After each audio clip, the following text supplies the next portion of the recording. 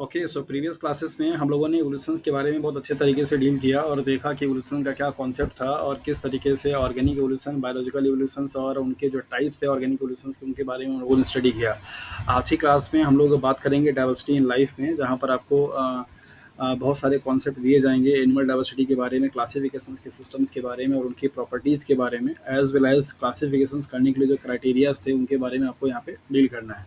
यहाँ से आपको कुछ CSIR के जो पार्ट बी वाले क्वेश्चंस होते हैं वहाँ से बन करके आता है, किसी फाइलम का या किसी टर्म्स को देख करके उसका मीन पूछेगा कि वो किससे बिलोंग करता है, किससे नहीं करता है। पूरी डाइवर्सिटी का अगर प्रोसेस अगर आप देखेंगे तो आपको यहाँ पे दो जोन में पढ़ना होता है। एक में आपको एनिमल का डाइवर्सिटी पढ़ना होता है और एक में आपका प्लांट का पढ़ना होता है।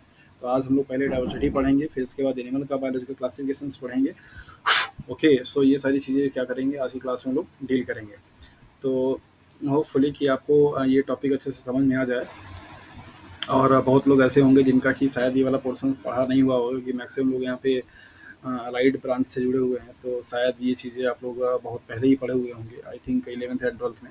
सो थोड़ा सा हो सकता है कि आपको स्टार्टिंग में समझने में थोड़ी प्रॉब्लम हो, बट कोशिश यही रहेगी कि आपको अच्छे से समझ में आ जाए। Okay, so diversity in living world, basically ये जो टर्म है वो बताता है इस चीज़ को। गर्मी बहुत ज़्यादा है। डाइवर्सिटी इन लिविंग वर्ल्ड का मतलब होता है कि जितने भी आपके इस पूरे बायोस्फीयर पे, इस अर्थ पे पाए जाने वाले जो भी नोन अब तक कैटेगराइज किए गए हैं ऑर्गेनिजम्स, उनके मार्फोलॉजी में, उनके हैबिटाट में, उनके लिविंग सिस्टम में, उनके लाइफ साइकिल्स में, उनके रिप्रोडक्शंस में बहुत ज़्यादा डिफरेंस मीन्स दिखाई देते हैं, राइट। तो इस पूरे बायोस्फीयर्स पे पाए जाने वाले जितने भी नोन या आइडेंटिफाई या कैटेगराइज किए गए जो ऑर्गेनिजम्स हैं, उनके बारे में स्टडी करना या उनके नंबर को फाइंड आउट करना या उनके बिहेवियर को देखना, ये एक कलेक्टिव टर्म दिया जा रहा है, that is a biological diversity या बायोडाइवर्सिटी। सो बायोडाइवर्सिटी सिंपली बताती है कि द टोटल आइडेंटिफाइड या recognise number of organisms present on the biosphere, कि इस बायोस्फीयर में जितने भी आइडेंटिफाइड किए गए ऑर्गेनिम्स हैं उनको कलेक्टिवली एक वर्ड दिया था जिसको बोलते हैं बायोडाइवर्सिटी। ओके, बहुत पहले से आप लोग पढ़ते चले आ रहे हैं। अगर मैं सिंपल एक सब लोगों से टर्म पूछूं कि लिविंग सिस्टम को डिफाइन करने के लिए कोई एक ऐसी प्रॉपर्टी बताइए जो कि यूनिवर्सल फॉलो होती हो।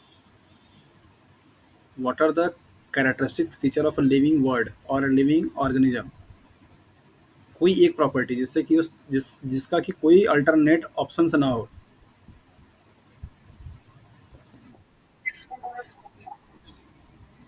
क्या चीज? रेस्पिरेशन।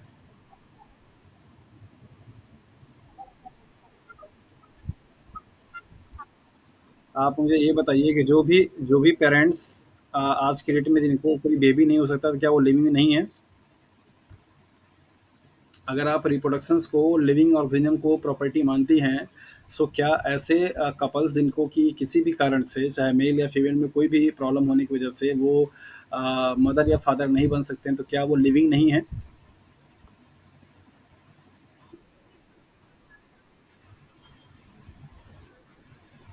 जो अपनी एक ड्यूटी पूरा खुद से कर सकता है।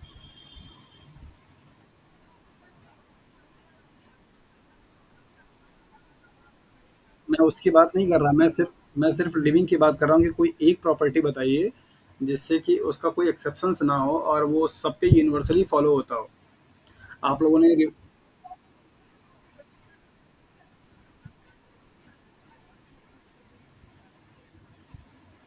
क्या बताएंगे आपकी इंडिपेंडेंट सेल्फ फंक्शन कर सकता हो?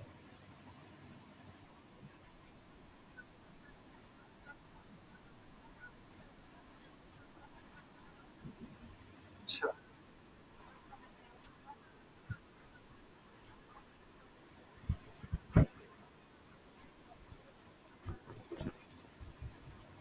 चलिए कोई नहीं, और कोई बताना चाहता है? मेटाबॉलिज्म। Okay, very good. और कोई?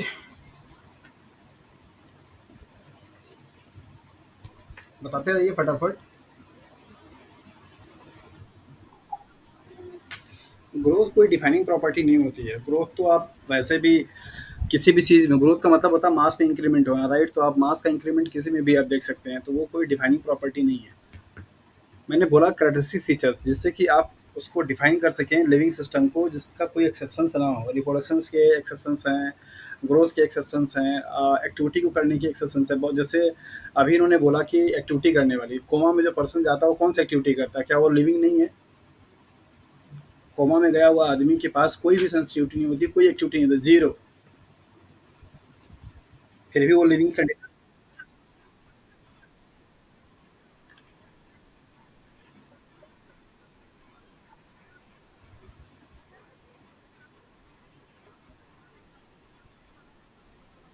हम्म।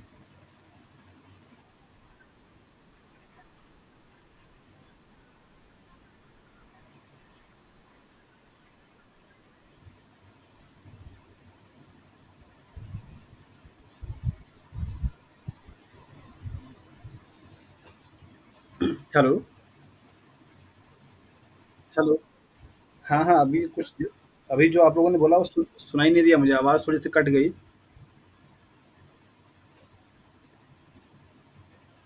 अच्छा अच्छा, एनीवे कोई नहीं, इस पे थोड़ा सा आप लोग थॉट प्रोसेस करिए।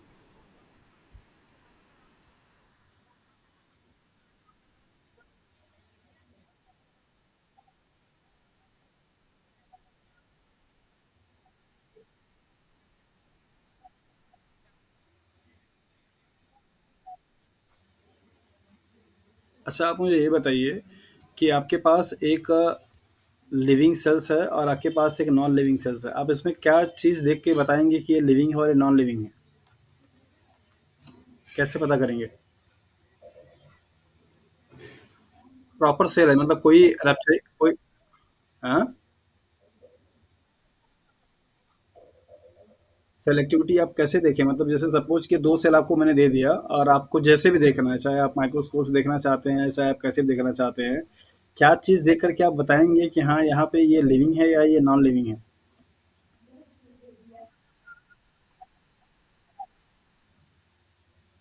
तो रेस्पिरेशन कर रही हो तो सेल, सेल रेस्पिरेशन करती हुई सेल दिखाई देगी अमित।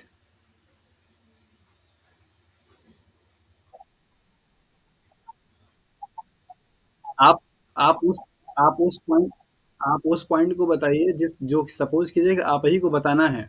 आप ऐसे हाइपोथेटिकल बुक वाले नॉलेज पे मत जाइए।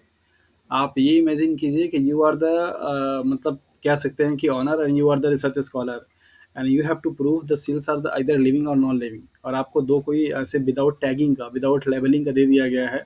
आप उसे कैसे बताएंगे कि वो लिविंग है? या किस प्रॉपर्टी के बेस पे आप उसे देखिए, किसी भी चीज़ को करेक्टराइज करने के लिए या क्लासीफाई करने के लिए आपको किसी एक प्रॉपर्टी को क्या करना पड़ता है, पैरामीटर बनाना पड़ता है। सो वो कौन सी प्रॉपर्टी होगी जिसके बेसिस पे आप ये क्लासीफाई करेंगे कि वो चीज़ लिविंग है? आपने लिविंग के बहुत सारे फीचर्स पढ़ कर के आए हैं लोअर क्लासेस में, मैं उन फीचर्स की बात नहीं कर रहा हूँ। और आप हायर एजुकेशंस में आ गए हैं तो आपको पता होगा कि जितनी भी चीज़ें आपने लोअर क्लासेस में पढ़ी थी, जो प्रॉपर्टीज़, उन सबके एक्सेप्शंस हैं। आप उनको डिफाइन करके आप बता नहीं सकते कि हाँ वो लिविंग है। जैसे अभी आप लोगों ने बताया ना, reproduction, reproduction is not a defining property of a living system. There are so many kind of organism having living property, but still they are not capable to reproduce their progeny. So आप reproductions को as a living property नहीं बता सकते हैं। तो मेरा सवाल आप सभी लोगों से सिर्फ ये था कि वो डिफाइनिंग प्रॉपर्टी क्या है जिसका कोई लिमिटेशन नहीं है, जो जिसका कोई एक्सेप्शन से नहीं है, और वो सभी काइंड के लिविंग सिस्टम पे, चाहे वो सिंगल एक यूनिसेलुलर बैक्टीरिया हो, चाहे वो मल्टी सेलुलर ह्यूमन बीइंग हो, या फिर मल्टी कॉम्प्लेक्स आपका प्लांट की बॉडी हो, किसी भी पे वो फॉलो हो सकता है। Think about it and we will talk later in the next class. अभी क्लास का टाइमिंग थोड़ा ज़्यादा हो रहा है, इसलिए ठीक है, कोई नहीं, जो भी आपके पास आंसर है उसका प्रॉपर जस्टिफिकेशन। मेरा प्रॉब्लम जो था वो समझ में आ गया सबको, मतलब जो क्वेश्चन मैंने पूछा। ठीक है, तो बिल्कुल इस क्वेश्चंस पे आप लोग थोड़ा सा थिंक कीजिएगा, और जो भी आपके पास आंसर हो उसके लिए प्रॉपर आपके पास एक जस्टिफिकेशन के लिए एक्सप्लेनेशन होना चाहिए, राइट? अपने हिसाब से आप सोचेंगे तो शायद आपको आंसर मिल जाएगा कि मैं आपसे उस पर क्या क्रॉस क्वेश्चंस कर सकता हूँ। तो ये इससे के बारे में कल हम लोग स्टार्टिंग 10 मिनट डिस्कस करेंगे। अभी हम लोग क्लास को कंटिन्यू करते हैं, बिकॉज यहाँ पे लाइट नहीं है और बैटरी का जो बैकअप है वो बहुत ज़्यादा नहीं रहता है लैपटॉप का ऑनलाइन पे, तो कब तक चलेगा ये भी देखने वाली बात होगी। Okay, so the number and types of organism present on the earth is known as the biodiversity। ज़रूरत क्यों है बायोडाइवर्सिटी के बारे में जानने का और क्या सिग्निफिकेंस है हम अगर इसके बारे में जान लेते हैं तो। डाइवर्सिटी को जानने और समझने के पीछे बहुत सारे कारण हैं जिसमें से एक दो पॉइंट हम लोग यहाँ पे डिस्कस करेंगे। पहला यही हम देखना चाहते हैं कि हमारे इकोसिस्टम में, जैसा कि आपको पता है अच्छे तरीके से, कि सभी काइंड के, चाहे वो यूनि हो, मल्टी हो और सेल लेवल के हों या टिश्यू लेवल के हों, जितने भी डिफरेंट काइंड्स के ऑर्गेनिजम्स आपके इस बायोस्फीयर पे या अर्थ पे पाए जाते हैं, सभी का अपना एक इम्पॉर्टेंट रोल है इस इकोसिस्टम को बैलेंस करने में और एनर्जी के ट्रांसफॉर्मेशन में। चाहे वो फंगस हो, चाहे वो बैक्टीरिया हो, चाहे वो ईस्ट हो, चाहे वो आपके प्रोटोजोआ हो, चाहे वो आपके कॉर्डेटा हो, each and every kind of organisms have their own specific role to maintain the ecosystem functionality and ecosystem stability, right. So उनके बारे में जानना और उनके हैबिटाट के बारे में जानना और उनका क्या फीचर्स है उनके बारे में जानना, उनकी क्या इंपॉर्टेंस है, क्या वो रोल प्ले करते हैं, इन सब चीज़ों को जानने के लिए फर्स्ट ऑफ ऑल आपको ऑर्गेनिजम्स को कैटेगराइज करना और उनको पहचानना होता है। और कैटेगराइज और पहचान करने के लिए हमारे पास कुछ मेथड्स होते हैं, कुछ तरीके होते हैं जिनके बेसिस पे हम उसको करते हैं। The number of species that are known and describe range between the 1.7 to 1.8 millions. अब तक लगभग हमारे पास जो इस पूरे अर्थ पे नोन नंबर्स हैं ऑर्गेनिजम्स के बारे में, इसमें सब कुछ काउंटेड है, चाहे वो आपका यूनि हो, चाहे मल्टी सोलर ऑर्गेनिज्म हो। 1.7 टू 1.8 मिलियंस है और ये नंबर आपका डे बाई डे बढ़ता ही जा रहा है, जैसे जैसे वाइल्ड लाइफ वाले डिस्कवरीज कर रहे हैं और बाकी जो साइंटिस्ट हैं उनके नए नए खोज चल रही हैं, तो नंबर आपका बढ़ता रहता है। तो ये एक आपको फिगर दिया गया है, कितने फिगर में हमारे पास अब तक नोन ऑर्गेनिम्स का डेटा है, इनके बारे में हम लोग जानते हैं। इनके पूरे टोटल नंबर को हम डिस्क्राइब कर सकते हैं, दैट इज द बायोडाइवर्सिटी के टर्म में। नॉमनक्लेचर की ज़रूरत क्यों है? बेसिकली सभी जो ऑर्गेनिम्स होते हैं उनका लोकल, जैसे हम लोग भी हैं, हमारे भी घर के कुछ नाम हुआ करते हैं, राइट। पता लगा कि घर में मामा जी हैं तो अलग नाम से बुलाते हैं, दादाजी हैं तो अलग नाम से बुलाते हैं, मौसी हैं तो अलग नाम से बुलाती हैं। तो एक ही ऑर्गेनिज्म का अगर एक से ज़्यादा अगर नाम होगा तो उसको यूनिफॉर्मिटी नहीं बन पाती है।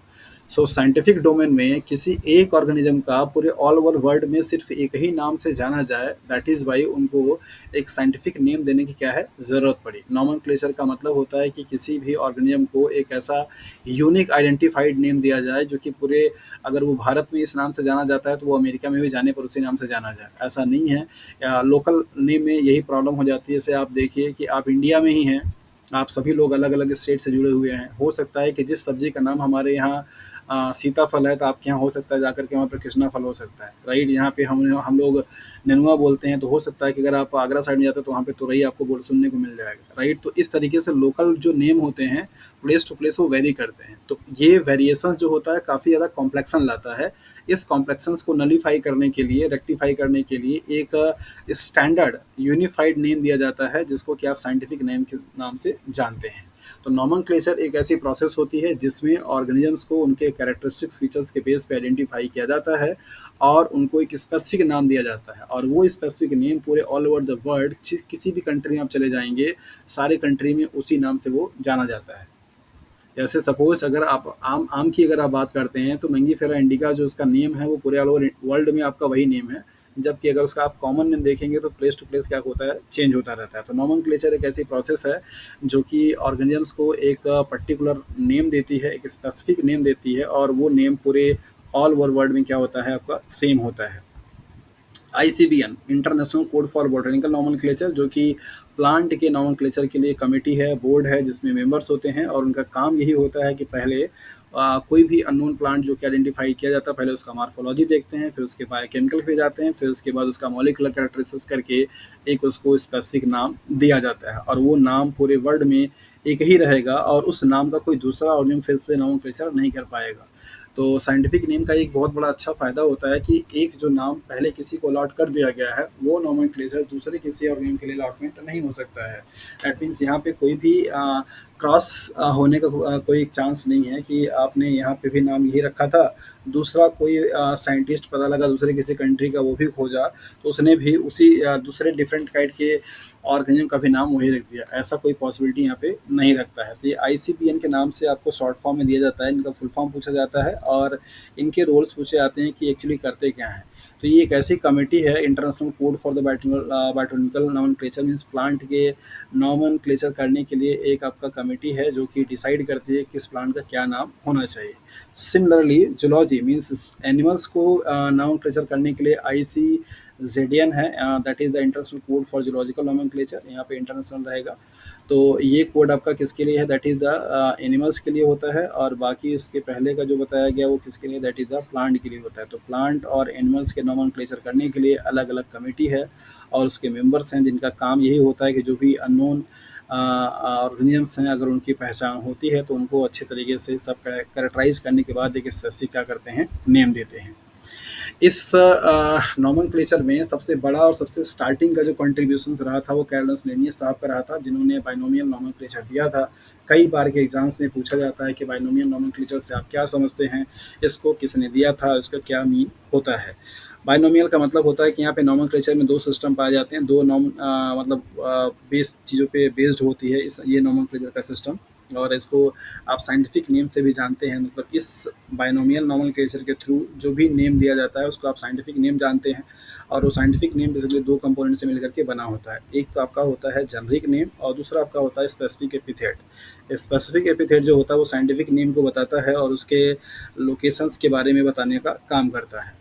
Biological names are generally Latin and written in the italics. इस नोमेनक्लेचर का जो आपका पॉइंट है वो यही है कि जितने भी बायोलॉजिकल नेम दिए जाते हैं जनरली उनकी जो भाषा होती है वो लैटिन में होती है और इटैलिक में क्या किए जाते हैं, लिखे जाते हैं, लाइक दैट इस तरीके से इटैलिक वर्ड में। तो ये कभी कभी आपसे पूछा जाता है कि आपका जो बायोलॉजिकल नोमेनक्लेचर में यूज किए जाने वाले लैंग्वेज होते हैं वो कौन सी भाषा में लिखी जाती है, जर्मन में, इटैलिक में, फ्रांसियन में, किस तरीके से।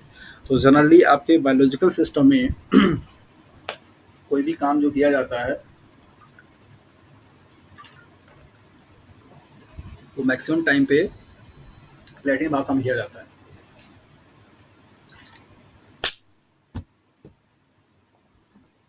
ओके, सो नेम के लिए दो इन्फॉर्मेशन आपको यहाँ पे है कि ये इटैलिक में लिखे जाते हैं और लैटिन भाषा में क्या होती है, इनकी ओरिजिन होती है। दे आर द लैटिनाइज और derived from the Latin irrespective of their origin. कहीं से भी हों, किसी भी कंट्री से हों, किसी भी प्लेस से हों, इससे फ़र्क नहीं पड़ता है, लेकिन उनका नाम हमेशा लैटिन लैंग्वेज में ही क्या किया जाता है, डिराइव किया जाता है। तो ये बड़ा इंपॉर्टेंट पॉइंट है। मोस्ट ऑफ द टाइम पे ये प्रॉब्लम आती है स्टूडेंट को लेकर के कि जिस जगह से वो ओरिजिनेट किए गए हैं या जिस जगह पे वो पाए गए हैं वहाँ की भाषा में उनका नाम दिया जाता है, नहीं। प्रॉपर्टीज़ वहाँ की होती हैं लेकिन जो लैंग्वेज नॉमेनक्लेचर के लिए होता है वो हमेशा लैटिन भाषा ही यूज़ किया जाता है। साइंटिफिक नेम का first word in the biological, Greek word भी डिराइव किया जाता है, लेकिन नॉमेनक्लेचर के लिए जो लैंग्वेज यूज़ की जाती है, जितने भी आप नॉमेनक्लेचर पढ़ेंगे, जो भी जैसे आप साइंटिफिक नेम पढ़ते हैं, चाहे प्लांट का चाहे एनिमल का, वो जो लैंग्वेज लिया गया है वो लैटिन भाषा का लिया गया है। ग्रीक वर्ड भी आपके बायोलॉजिकल सिस्टम में काफ़ी ज़्यादा रोल प्ले करता है, लेकिन नॉमेनक्लेचर के लिए पर्टिकुलरली सारा का सारा जो वर्ड होगा या जो नेम डिराइव किया जाता है वो उनके लिए जो लैंग्वेज होती है, भाषा होती है, वो आपका लैटिन होती है। First letter means first word जो होता है बायोलॉजिकल नेम में रिप्रेजेंट करता है जीनस को लेकर के, राइट। क्या रिप्रेजेंट करेगा, दैट इज द जीनस को। And second component denote the specific epithets, और दूसरा वाला जो कंपोनेंट्स होता है उसके स्पेसिफिक एपिथेट को क्या करता है, रिप्रेजेंट करता है। तो ये भी वर्ड आपसे पूछे जाते हैं कि बायोलॉजिकल नॉमेनक्लेचर में पहला और दूसरा जो वर्ड्स होता है वो क्या चीज़ को बताता है, उनको करेक्ट मैच करने के लिए भी दिया जाता है। Both the words in the biological name when handwritten are separately underline. जब भी दोनों वर्ड आपके लिखे जाएंगे तो उनके बीच में क्या होगा, स्पेस होगा, और वो आपके क्या होंगे, अंडरलाइन किए रहते हैं, और printed in italic to indicate their Latin और लैटिन ओरिजिन। और या अगर वो लिखे गए हैं या प्रिंट किए गए हैं तो उनका जो लिखावट होगी वो इटैलिक में होगी, और उनका जो ओरिजिन का लोकेशन होता है वो लैटिन भाषा के लैंग्वेज में क्या किया जाता है, रिप्रेजेंट किया जाता है। तो नाम लिखने का भी करेक्शंस करके आपको देता है। आपको कोई साइंटिफिक नेम दे दिया जाएगा चार ऑप्शंस में और पूछा जाएगा कि कौन सा ऑप्शन साइंटिफिक रूल के अकॉर्डिंग सही चीज़ को दर्शाता है। तो आप उसको अच्छे से समझ लीजिए कि हाँ कैसे आप किसी भी साइंटिफिक नेम को लिखते हैं। तो बताया गया कि पहला जो लेटर होगा वो जीनस को रिप्रेजेंट करेगा, दूसरा वाला जो होगा वो स्पेसिफिक एपिथेट को बताएगा, दूसरा आपको बताया गया कि दोनों जो वर्ड लिखे जाते हैं वो सेपरेट लिखे जाते हैं, और उन दोनों में अंडरलाइन किए हुए सेपरेटली अंडरलाइंड होते हैं, और इटैलिक लैंग्वेज में क्या होते हैं, मतलब इटैलिक पैटर्न में क्या किए जाते हैं, लिखे जाते हैं या रिप्रेजेंट किए जाते हैं। The first word denoting the genus start with the capital letter. पहला जो कि जीनस वर्ड को रिप्रेजेंट करता है वो कैपिटल लेटर से स्टार्ट होता है। और while the specific epithet start with a small letter, और ये जो दूसरा वाला पार्ट होगा उसका वो हमेशा क्या होगा, स्मॉल लेटर से होगा। यहाँ पे भी आपको प्रॉब्लम बना करके दिया जाता है करेक्शन वाले पॉइंट पे। आपको हो सकता है कि दे दिया जाए स्टार्टिंग वाला जो लेटर है वो स्मॉल में हो और आपका सेकंड वाला जो लेटर है वो कैपिटल में हो, तो इस तरीके से आपको दिया जाता है करेक्शन करने के लिए। तो आप याद रखिएगा हमेशा, जैसे सपोज कि यहाँ पर आपको एक नाम लिखा गया है टार्टिकम एस्टिवम, कोई बता सकता है किसका नेम है?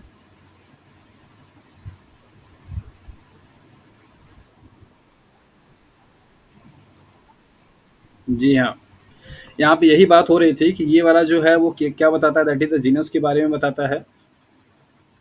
और ये वाला जो पार्ट है आपका स्पेसिफिक एपिथेट के बारे में बताता है। इसके बाद इसका जो लेटर होगा वो क्या होगा, दैट इज द कैपिटल होगा। इसका जो लेटर होगा वो क्या होगा, आपका स्मॉल होगा। इन दोनों के बीच में क्या होंगे, स्पेस होंगे। इटैलिक में ये आपके लिखे जाते हैं कर्सिव राइटिंग में। तो ये इनके लिखने का क्या होता है, तरीका होता है। सो ऐसे सिस्टम को बेसिकली आप बायनोमियल नोमेनक्लेचर के नाम से जानते हैं। ऐसा सिस्टम जहाँ पर किसी बायोलॉजिकल सिस्टम में जो नाम यूज़ किए जाते हैं उसमें दो कंपोनेंट्स होते हैं। एक आपका जेनरिक नेम होता है और जो कि फर्स्ट लेटर होता है जिसको क्या जो जो कि जीनस को रिप्रेजेंट करता है। दूसरा आपका स्पेसिफिक एपिथेट होता है जो कि उसके स्पेसिफिक डोमेन को क्या करेगा, रिप्रेजेंट करता है। लिखने का तरीका हमेशा उनका क्या होगा, दैट इज इटैलिक में लिखे जाएंगे। ओरिजिन हमेशा लैटिन भाषा की होती है और दोनों ही वर्ड या दोनों ही पार्ट जो होते हैं वो सेपरेट लिखे जाते हैं। एक का पहला लेटर मीन्स फर्स्ट वाले का पहला लेटर कैपिटल होगा, दूसरे वाले का पहला लेटर जो होगा स्मॉल होगा। इतनी सारी बातों का आपको ध्यान रखना है और इनसे आपको एक सवाल पार्ट भी,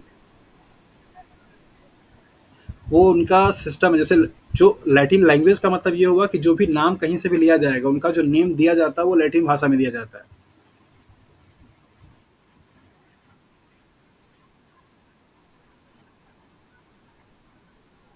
मतलब ये कह सकते हैं कि जैसे देखिए जो कंट्री है, जैसे कार्लोस नीनियस जो जाता है नोमेनक्लेचर का फादर का क्रेज जाता है, तो जाहिर सी बात है कि जो भी इंसान स्टार्टिंग में काम करता है वो अपने लैंग्वेज में करता है। तो वो वहीं के थे, तो वहाँ के चीज़ों मतलब उन्हीं का पूरा बहुत बड़ा कंट्रीब्यूशन माना जाता है। तो स्टार्टिंग की जब उन्होंने क्या कहते हैं ना कि पाइनियर हैं वो, वही उन्होंने ही बेस न्यू रखा था इस नोमेनक्लेचर को लेकर के। तो जितने भी फर्दर डिस्कवरीज होती चली गई फिर उनके भाषा में से करते चला गया और वो भाषा मतलब काफ़ी फेमस रही बायोलॉजिकल सिस्टम के लिए। तो उसमें थोड़ा ईजी है, बाकी जो लैंग्वेज है उनमें अब करना फिर तो पुरानी जो ऑलरेडी जो डिक्शनरी है उनका उसको फिर पूरा चेंज करना पड़ेगा। दैट इज़ वाई आप कह सकते हैं कि उस भाषा को प्रेफर किया जाता है, क्योंकि उसके डिस्कवरर कैर्लोस न्यूएस साहब थे और उन्होंने स्टार्टिंग में ही लैटिन लैंग्वेज को यूज़ किया था। तो वो चीज़ें अभी तक चली आ रही हैं और उसी भाषा में मतलब कोई भी कहीं पे भी डिस्कवरी कोई होती है तो ये कमिट मतलब ये जो कोड है या ये जो कमेटी है यही नाम डिसाइड करता है। नाम ज़रूर उनका रहेगा कि हाँ, इनके द्वारा ये डिस्कवर किया गया, लेकिन जो नोमेनक्लेचर होगा उसके मेंबर ही डिसाइड करते हैं सारे पैरामीटर्स को देख करके। ऐसे आप कोई नाम अपने हिसाब से चीज़ों को नहीं दे पाते हैं। हाँ, नोमेनक्लेचर करने के टाइम पे ये बात का ध्यान रखा जाता है कि वो कौन से लोकेशन से है और किसने उसको डिस्कवर किया है, तो उनके बारे में भी वहाँ पे मतलब क्रेडिट उनको दिया जाता है। तो उसके पीछे रीज़न अगर आप ये जानना चाहते हैं कि लैटिन भाषा में ही क्यों है, तो आप ये बोल सकते हैं कि जिस टाइम पे नोमेनक्लेचर का फाउंडेशन हुआ और कार्लोस लीनियस साहब ने किया था और उनकी जो लैंग्वेज थी वो वही थी, दैट इज़ वाई उसको प्रेफर किया गया। और चूंकि उसी उसी सिस्टम में लोग काम करते रहे और वो चलता रहा, दैट इज़ वाई वही चीज़ें आगे होती चली गई। और अभी अगर आप लैंग्वेज को चेंज करेंगे तो बाकी सारी जो पुराने का डेटाबेस है उसको आपको चेंज करना पड़ेगा, जो कि टीडियस काम होगा। तो दैट इज़ वाई वो चीज़ें चलती आ रही हैं।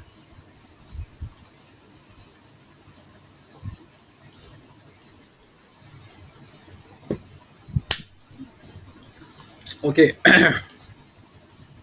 सो होपफुली कि अभी आप लोगों को बाइनोमियल नोमेनक्लेचर का जो कॉन्सेप्ट है और उसमें जो करेक्शन करने के लिए दिया जाता है उसमें अब आपको प्रॉब्लम नहीं होनी चाहिए, समझ में आपको आ चुका है।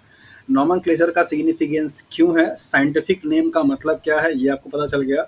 साइंटिफिक नेम को करने के लिए बाइनोमियल नोमेनक्लेचर जो दिया गया कैर्लोस लीनियस के थ्रू, उसके रूल्स क्या हैं, क्या उसका बेसिक कॉन्सेप्ट है, कैसे आप उसके अकॉर्डिंग सही नोमेनक्लेचर को राइट कर सकते हैं, जिससे कि आपको एक सवाल पार्ट बी में पूछा जाता है।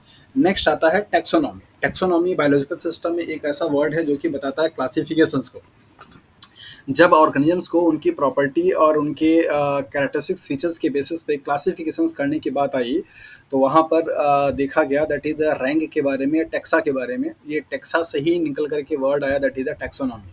सो टेक्सा क्या है और टेक्सोनॉमी का मीन क्या होता है, इसको हम यहाँ पे समझ लेते हैं। प्रीवियस क्लास में आपको क्लासिफिकेशंस के बारे में एक टर्म बताया था, दैट इज द रैंक या टेक्सा। उसी से ये डिराइव किया गया है, और टेक्सोनॉमी का मतलब होता है दैट इज द क्लासिफिकेशंस। सो अलग अलग ग्रुप ऑफ ऑर्गेनिजम्स को एक स्पेसिफिक डोमेन में, एक स्पेसिफिक पार्ट में क्लासिफिकेशंस करने के प्रोसेस को आप टैक्सोनॉमी के नाम से जानते हैं। या टैक्सोनॉमी बायोलॉजी का ऐसा सेक्शन है या एक ऐसा पार्ट है जहाँ पर आप स्टडी करते हैं क्लासिफिकेशंस के सिस्टम्स को।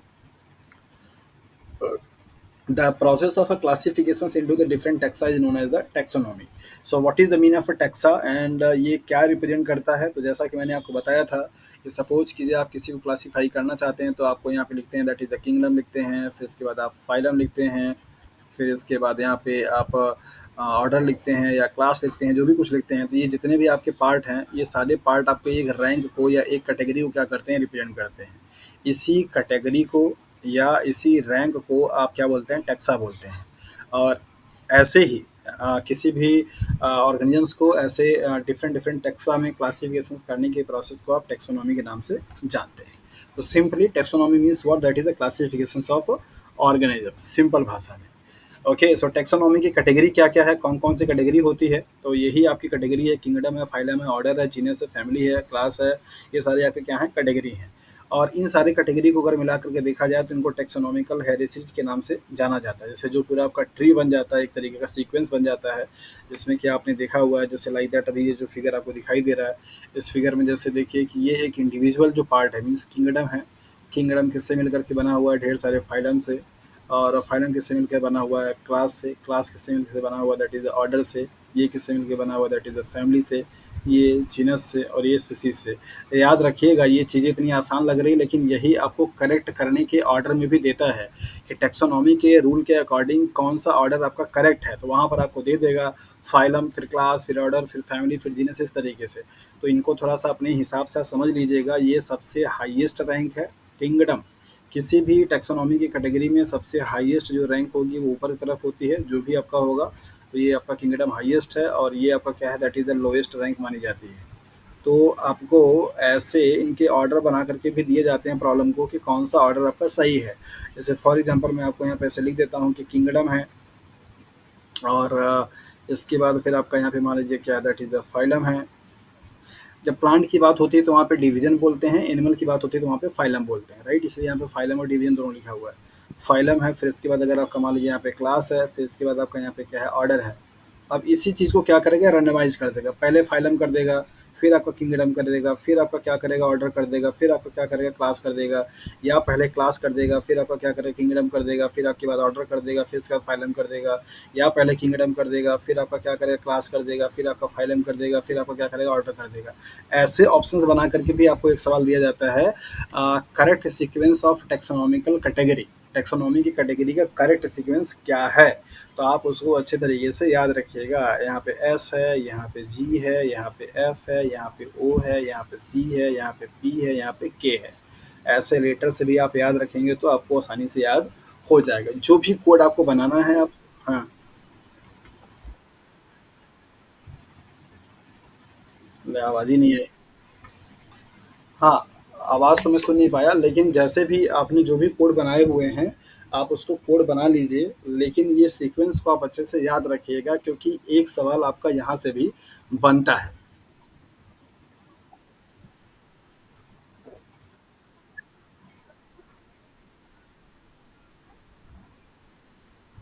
हुँ, अच्छा, तो चलो ये भी बढ़िया है। बस यही यही दिक्कत हो गई कि पहले काका आ गया, पहले दादा आते तो ठीक रहता। मतलब क्या याद आपके आपने किया, काका याद किया, फिर दादा याद किया, फिर अच्छा ऐसा भी है। उनको तो उनको तो बाबा बोला जाता है ना? अच्छा एनीवे, बड़े भाई को। ठीक है, तो काका मतलब पापा हो गए हैं, दादा मतलब भाई हो गए हैं, फिर चाचा हो गए हैं, फिर इसके बाद और हो गया, फिर इसके बाद फैमिली हो गई, फिर इसके बाद क्या हो गया, फिर तो सब समझ में आ ही जाएगा, है ना। जीनस स्पीसीज बची हुई है, जी एस। ठीक है, ऐसे भी आप याद मतलब कैसे भी याद रखें, लेकिन ये सीक्वेंस अल्टीमेटली आपको याद होना चाहिए, क्योंकि यहाँ से आपको कोई भी 4 उठा करके 4 या 5 उठा करके करेक्ट ऑर्डर में पूछा जाता है, ये आप याद रखिएगा। बस मेरा पर्पज़ सिर्फ़ यही है बताना आपको कि ये जो क्लासेस के ऑर्डर आपको दिखाई दे रहे हैं, इनको आपको याद रखना पड़ेगा, क्योंकि यहाँ से सवाल आपका बना है और बनता भी है। तो देखिए, जो मैं समझाना चाह रहा था, ये सारे आपके क्या हैं, टैक्सोनॉमी की कैटेगरी हैं, और इनको पूरा अगर देखा जाए तो उसको आप टैक्सोनॉमिकल हायरार्की के नाम से जानते हैं। एक जो आपका यहाँ पे ये टैक्सोनॉमी कैटेगरी है, उसी को आप क्या बोलते हैं, दैट इज़ द टैक्सा। क्या बोलते हैं? टैक्सा। ये जो इसकी बात मैं कर रहा था, इनको क्लासिफाई करने के प्रोसेस को आप टैक्सोनॉमी के नाम से जानते हैं। ओके, सो नेक्स्ट देखते हैं यहाँ पे बायोलॉजिकल क्लासिफिकेशंस की। बायोलॉजिकल क्लासिफिकेशंस करने के लिए क्या क्या सिस्टम दिए गए। वैसे तो सिस्टम कई सारे दिए गए थे। टू किंगडम सिस्टम दिया गया, थ्री किंगडम सिस्टम दिया गया, फाइव किंगडम सिस्टम दिया गया, सिक्स किंगडम सिस्टम दिया गया। सबके अपने अपने क्या थे, लिमिटेशंस थे, और सबके अपने अपने क्या थे, अप्रोचेस थे। लेकिन यहाँ पर आपको हम सिर्फ दो सिस्टम के बारे में पढ़ाएंगे और बताएंगे जो कि सबसे ज़्यादा एक्सेप्टेड और पॉपुलर रहे थे। पहला आपका binomial nomenclature means two kingdom system, और दूसरा आपका फाइव किंगडम सिस्टम। उनके बारे में आपको यहाँ पे ब्रीफ करेंगे, बताएंगे कि वो क्लासिफिकेशन का सिस्टम किस बेसिस पे किया गया, क्या उसके लिमिटेशन थे। तो सबसे फर्स्ट ऑफ ऑल इस बायोलॉजिकल क्लासिफिकेशन में जो दिया गया, that is the two kingdom system, और ये कार्लोस लिनियस के द्वारा ही दिया गया था, जो कि फादर रहे थे बायोनोमियल नोमेनक्लेचर के। तो के एल कार्लोस लीनियस, इनके द्वारा ये दिया गया था। इनके अकॉर्डिंग इन्होंने पूरे ऑर्गेनिज्म को सिर्फ और सिर्फ क्या किया था, दो कैटेगरी में ही डिवाइड किया था। जिनके पास प्लांट जैसा स्ट्रक्चर दिखाई दिया, उसको उन सबको कहाँ पर रख दिया, दैट इज द प्लांट में रख दिया। और प्लांट से जो डिफरेंट दिखाई दिया, जो कि जिनके पास प्लांट वाली प्रॉपर्टी नहीं थी, उनको सबको कहाँ पर रख दिया, एनिमल में रख दिया। So according to the two kingdom systems, all the living organisms are classified, categorized into the two category, that is the plant system and animal system. सिर्फ यही मतलब प्लांटी और एनिमलिया में क्या किया था, इन्होंने क्लासीफाई किया था, राइट। अब इस सिस्टम को क्लासीफाई करने का जो पैरामीटर था वो क्या था, मार्फोलॉजी थी बेसिकली। जो ऊपर से दिखाई देता था कि अच्छा, जहाँ पे लीफ और ये सब सारी चीज़ दिखाई थी, उनको सबको प्लांट में रख दो, और विदाउट लीफ वाले या जो चीज़ें थोड़ी से एनिमल वाले दिखाई थी, उनको एनिमल में रख दो। बाकी इस सिस्टम से आप इस चीज़ को कभी पता नहीं कर पाएंगे कि वो जो सेल है आपका, वो यूकैरियोटिक है या प्रोकैरियोटिक है, यूनिसेलुलर है या मल्टीसेलुलर है, किस तरीके का है, मतलब हायर है या लोअर है, या यूनिसेलुलर है या मल्टीसेलुलर है। इस चीज़ का आप अनुमान इस क्लासिफिकेशन के सिस्टम से नहीं लगा पाते हैं। तो ये क्लासिफिकेशन के बारे में 3 पॉइंट। नंबर पहला, ये सबसे मोस्ट और सबसे कॉमन, सबसे पहले दिए जाने वाला सिस्टम था, जो कि कार्लोस लिनियस ने क्या किया था, पोस्टुलेट्स किया था। इस सिस्टम के अकॉर्डिंग पूरे ऑर्गेनिज्म को सिर्फ दो कैटेगरी में क्या किया गया, डिवाइड किया गया, on the basis of their morphological character. Morphology character के बेसिस पे प्लांट में और एनिमल में क्या किया, क्लासीफाई किया गया। इसके बाद इस क्लासिफिकेशन के सिस्टम का लिमिटेशंस क्या क्या रहा है, वो यहाँ पे आप देख लीजिए। लिमिटेशन से ही सवाल आपका आता है। इस सिस्टम से ना तो आप पता कर पाएंगे कि वो ऑर्गेनिज्म आपका यूकैरियोटिक है या प्रोकैरियोटिक है, यूनिसेलुलर है या मल्टीसेलुलर है, ये चीज़ आप पता नहीं कर पाएंगे, राइट। सिर्फ पता आपको चलता है क्या, दैट इज द प्लांट और एनिमल के बारे में। सो इस टू किंगडम क्लासिफिकेशन सिस्टम के बाद आपका जो सबसे मोस्ट एक्सेप्टेड और मोस्ट डिमांड किया जाने वाला जो आपका सिस्टम था, that is the five kingdom classification. एक लिमिटेशन यहाँ पे और भी है कि ये फोटोसिंथेटिक है या नॉन फोटोसिंथेटिक है, इस चीज़ का पता भी नहीं चल पाएगा इस वाले सिस्टम से। So five kingdom classification system, जिसे आर एस विटेकर साहब ने दिया था, ये नाम भी आपसे पूछा जाता है कि five kingdom classification system was given by, किसके द्वारा ये दिया गया था। तो आप इसको याद रखिए, आर एस विटेकर का। इनकी एक बुक भी आती है बहुत अच्छी, अगर आप लोगों ने पढ़ी होगी तो उस बुक के नाम से भी आप इनको याद रख सकते हैं। Okay, so according to the five kingdom classification system, सभी ऑर्गेनिजम्स को, चाहे वो बैक्टीरिया हो, चाहे वो प्रोटोजोआ हो, चाहे वो आपका प्लांट हो या हर एनिमल हो, उन सारे ऑर्गेनिजम्स को पांच कैटेगरी में क्या किया गया, क्लासीफाई किया गया। दैट इज़ वाई आप इसको फाइव किंगडम क्लासिफिकेशन के नाम से जानते हैं। तो वो पांच किंगडम आपके कौन कौन से थे, that is the Monera, protista, fungi, Plantae और एनिमिलिया। यहाँ से लेकर के यहाँ तक के जो चार क्लास थे, वो सब के सब क्या थे, आपके यूकैरियोट थे। सिर्फ अकेला मोनेरा एक ऐसा फाइलम था जो कि प्रोकैरियोट को क्या करता है, बताता है। तो जितने भी प्रोकैरियोट आपने पढ़े हुए हैं, चाहे आपका वो यू बैक्टीरिया रहा हो,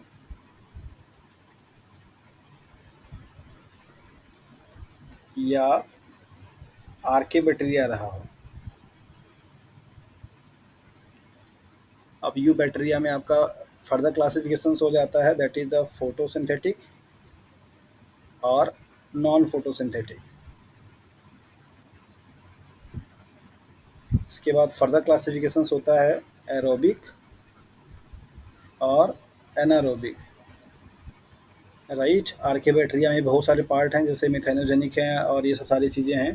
तो ये सब के सब आपके कहाँ पर आते हैं? अब इनमें से एग्जांपल कुछ भी अगर आपको दिया जाएगा और पूछा जाएगा कि कौन से किंगडम से बिलोंग करता है, तो आप याद रखिएगा that is the Monera. 5 kingdom classifications में अकेला सिर्फ एक ऐसा किंगडम था जो कि प्रोकैरियोटिक सेल्स के बारे में बताता है। बाकी 4 remaining 4 that is the protista, fungi, Plantae, Animalia, ये सब के सब आपके यूकैरियोटिक ऑर्गेनल के बारे में बताते हैं। कई बार ये सवाल पूछा जा चुका है कि 5 किंगडम क्लासिफिकेशंस में प्रोकैरियोटिक सेल्स को स्टडी किस फाइलम के या किस किंगडम के अंतर्गत में किया जाता है, या कौन सा किंगडम ऐसा है जिसमें हम प्रोकैरियोटिक सेल्स के बारे में स्टडी करते हैं।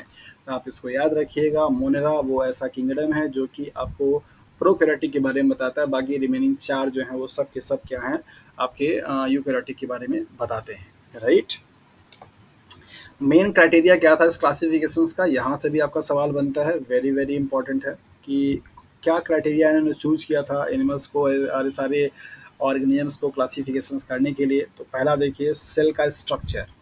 स्ट्रक्चर मतलब कि प्रोकैरियोट है, यूकैरियोट है। बॉडी का ऑर्गेनाइजेशन मतलब सेलुलर लेवल पे है, टिश्यू लेवल पे है, ऑर्गन लेवल पे है, ऑर्गन सिस्टम लेवल पे है। मोड ऑफ न्यूट्रिशन मतलब, मैं यहाँ पे लिखता भी चलता हूँ, हेटेरोट्रॉप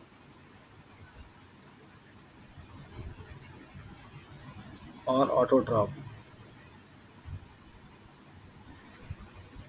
यहाँ पे आप लिख सकते हैं क्या क्या, cell, tissue, organ, organ system. यहाँ पर आप लिख सकते हैं प्रो और यू।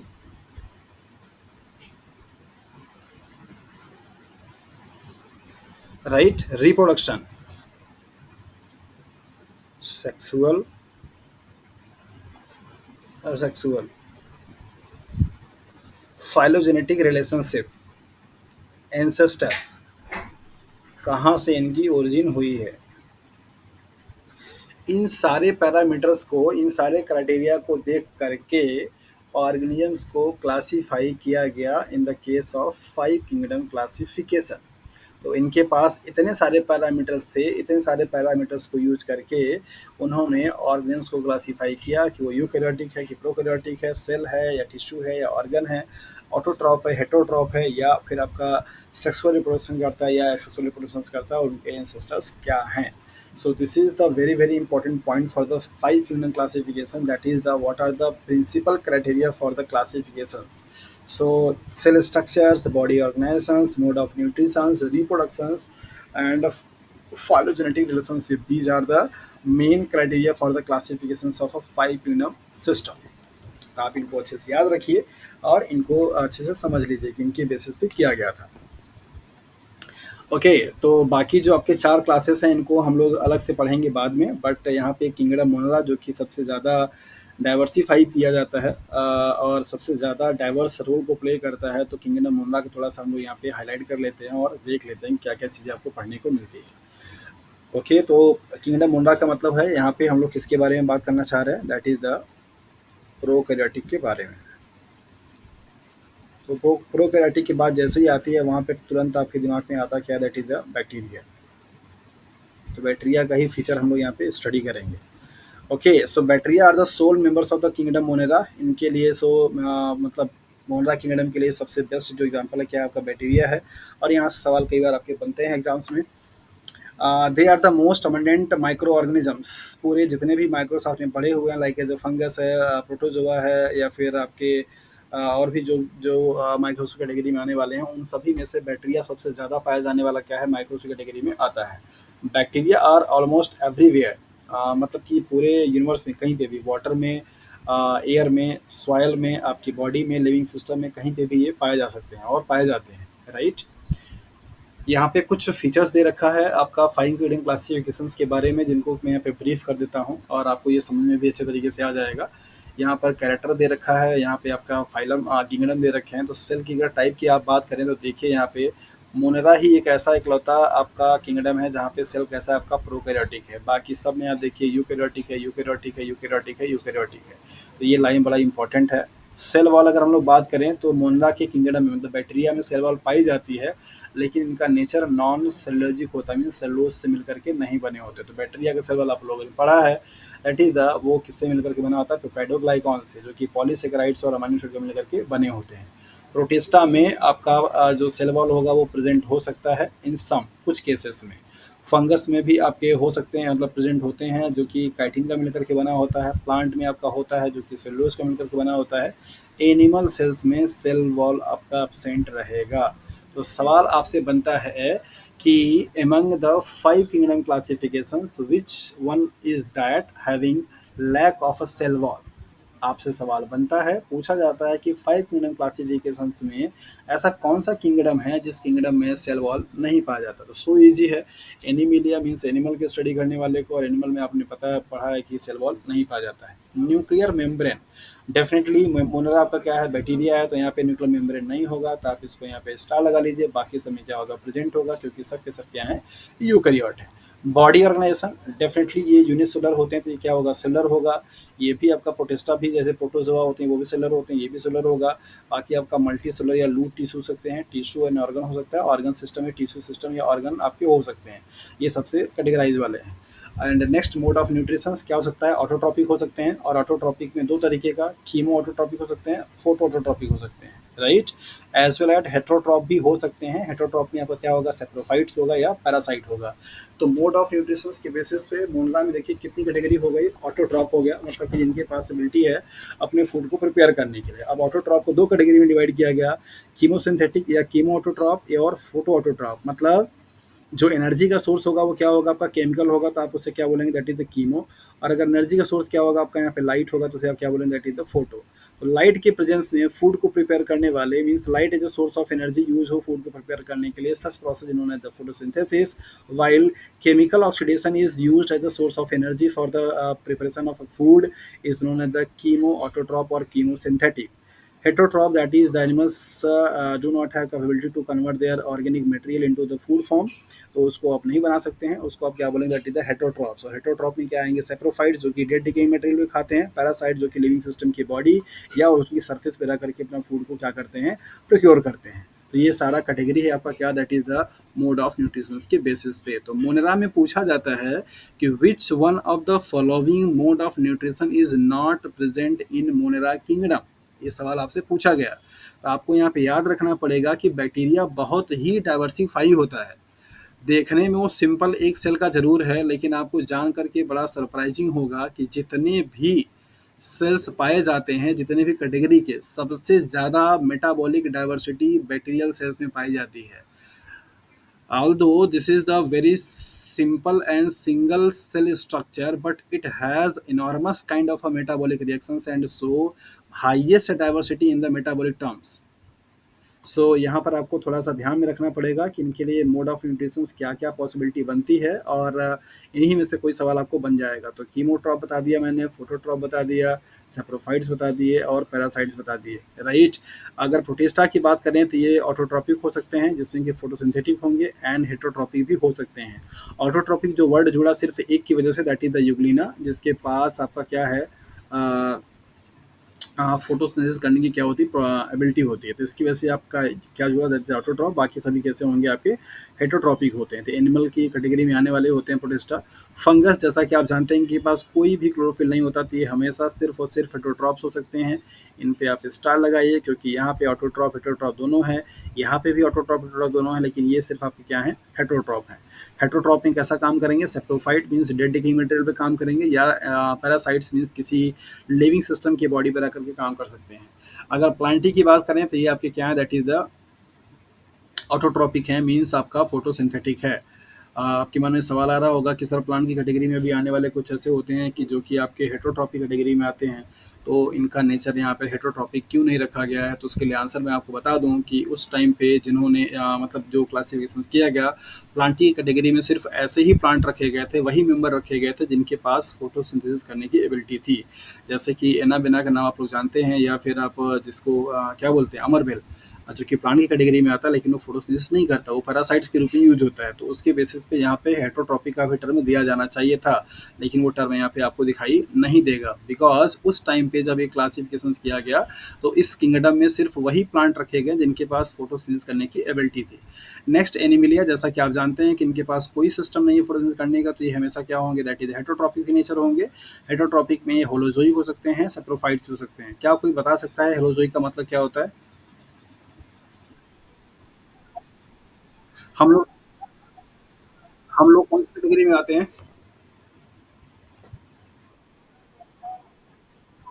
Very good. होलोजोइक में डाइजेशन 5 स्टेप्स में होता है: इंजेशन, डाइजेशन, एब्जॉर्प्शन और एक्सक्रीशन एंड।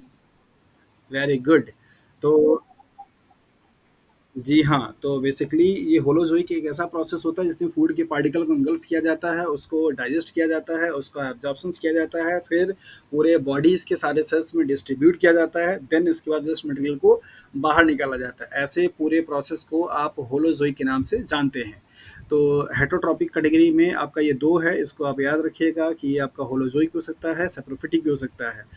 जो चीज़ें आपको डिस्टर्ब कर सकती हैं और जहाँ से सवाल आपका बन सकता है, उसमें मैंने यहाँ पे आपको हैशटैग लगा दिया है, और जब आप नोट्स बनाएंगे तब उसको अच्छे तरीके से याद रखिएगा। ये जो टेबल अकेला एक टेबल है, वो आपको कई बार के एग्जाम्स में कई सवाल का आंसर आपको दे करके जाएगा। अगर आप इस टेबल को सही तरीके से 10 मिनट समझ करके देख लेते हैं, समझ लेते हैं, तो आपको बहुत सारे इन्फॉर्मेशन मिल जाते हैं 5 किंगडम क्लासिफिकेशंस के बारे में। तो ये इनके पैरामीटर्स थे, और इन पैरामीटर्स पे क्या क्या चीज़ें हैं पांचों किंगडम का, ये आपको यहाँ पे समराइज किया गया। नेक्स्ट हम लोग मूव करेंगे मोनरा वाले पे, जहाँ पे हम लोग बात कर रहे थे bacteria are the group under the 4 category based on their shape. Shape के अकॉर्डिंग बैक्टीरिया को 4 कैटेगरी में डिवाइड किया गया। ये बहुत बेसिक सी बात है, लोअर क्लासेस से आप लोग पढ़ते चले आ रहे हैं। कॉकस, जिसे कि आप स्पेरिकल शेप बोलते हैं, और बैसिलस, जिसे कि आप रॉड शेप्स बोलते हैं, विब्रियो, जिसे कि आप कॉमन शेप बोलते हैं, एंड स्पाइरलम, जिसे कि आप स्पाइरल शेप के नाम से जानते हैं।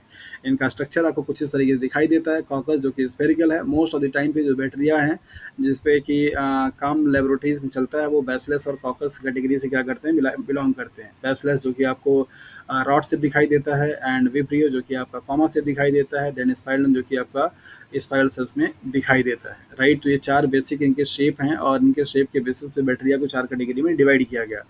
Bacterial structures is very simple. ये लाइन आप थोड़ा सा संभल के पढ़िएगा। यहाँ पे लिखा गया है कि bacterial structure is very simple but they are the very complex in behaviour. जितना ही सिंपल स्ट्रक्चर इनका दिखाई देता है, इनका बिहेवियर उतना ही ज़्यादा क्या होता है, कॉम्प्लेक्स होता है।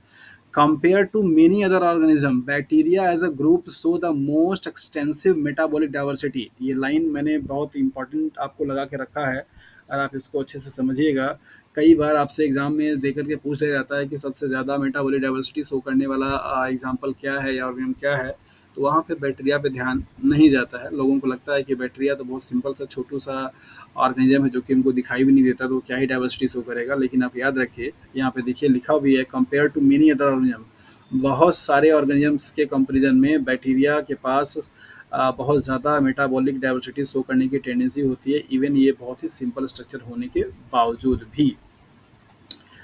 ओके, सो बेसिकली आपने यहाँ पे देखा 5 किंगडम क्लासिफिकेशन के सिस्टम्स के बारे में, एज वेल एज उनके बेसिक जो फीचर्स थे पांचों किंगडम के, उनके बारे में। मोनेरा के कुछ बेसिक प्रॉपर्टीज़ के बारे में आप लोगों ने यहाँ पे देख लिया। नाउ हम लोग मूव करेंगे एनिमल क्लासिफिकेशन सिस्टम्स के बारे में। क्लासिफिकेशंस करने के लिए क्या क्या क्राइटेरियाज थे एनिमल को क्लासीफाई करने के लिए, उनके बारे में हम लोग यहाँ पे बात करेंगे। सो बेसिस ऑफ द क्लासिफिकेशंस क्या क्या वो क्राइटेरिया थे। नंबर पहला, लेवल ऑफ ऑर्गेनाइजेशंस। ऑर्गेनिजम्स को उनके ऑर्गेनाइजेशंस के कॉम्प्लेक्सिटी के बेसिस पे क्या किया गया, अरेंज किया गया। तो हो सकता है कि वो ऑर्गेनाइजेशंस उनका सेल लेवल का हो, टिश्यू लेवल का हो, ऑर्गन लेवल का हो, ऑर्गन सिस्टम लेवल का हो। So on the basis of level of organisations, animal systems can be classified into following category. Number पहला, सेलुलर लेवल। आपसे सवाल पूछा जाता है कि कौन से फाइलम के मेंबर का क्लासिफिकेशंस या ऑर्गेनाइजेशन सेलुलर लेवल का होता है। अभी एग्जाम हुआ था यूपीएचईएससी असिस्टेंट प्रोफेसर का, उसमें ये सवाल बना था, पोरीफेरा सिलेंट्रेटा प्लेटीहेल्मिन्थीस एंड इकाइनोडर्मेटा, ये ऑप्शंस थे और पूछा गया था कि इनमें से कौन सा phylum cellular level of organisations को शो करता है। तो स्पॉन्जेस जो कि मैंने आपको यहाँ पे लगा रखे हैं, ये एग्जांपल किसके हैं, दैट इज द पोरीफेरा के। ठीक है, ये फाइलम है नॉन कॉर्डेट का, और ये 2021 में एग्ज़ाम हुआ था, उसी एग्ज़ाम में ये सवाल पूछा गया है। तो पार्ट बी में ऐसे टाइप के सवाल अब बनते हैं। तो याद रखिए, लेवल ऑफ ऑर्गेनाइजेशंस के बेसिस पे पहला जो कैटेगरी है that is the cellular level, means उनकी पूरी की पूरी बॉडी क्या होगी, एक सेल से मिलकर के बने होगा। वहाँ पे लेबर ऑफ डिवीजन नहीं पाया जाता है, मतलब काम का डिवीजन नहीं होता है। सारा का सारा बर्डन सिर्फ एक ही सेल्स पे पाए जाते हैं। एक ही सेल्स आपका रेस्पिरेशन भी करेगी, वही सेल्स आपका मेटाबॉलिज्म भी करेगा, वही सेल्स आपको फूड को इंगल्फ भी करेगा, वही सेल्स आपका एक्सक्रीशन भी करता है। सो दैट इज़ वाई आप ये बोल सकते हैं कि बैक्टीरियल सेल्स बहुत ज़्यादा डाइवर्सिटी को फॉलो करता है या डाइवर्सिटी शो करता है, बिकॉज वो यूनिसेलर होता है, सेलुलर लेवल का ऑर्गेनाइजेशन होता है, वहाँ पे लेबर ऑफ डिवीजन एब्सेंट होता है, नहीं पाया जाता है। जैसे जैसे लेवल ऑफ ऑर्गेनाइजेशन बढ़ता जाता है, काम का डिवीजन जो है वो बढ़ जाता है। लेबर ऑफ डिवीजन से आप बोलते हैं बायोलॉजिकल भाषा में, वहाँ पे सारे स्पेसिफिक टिश्यूज बन जाते हैं।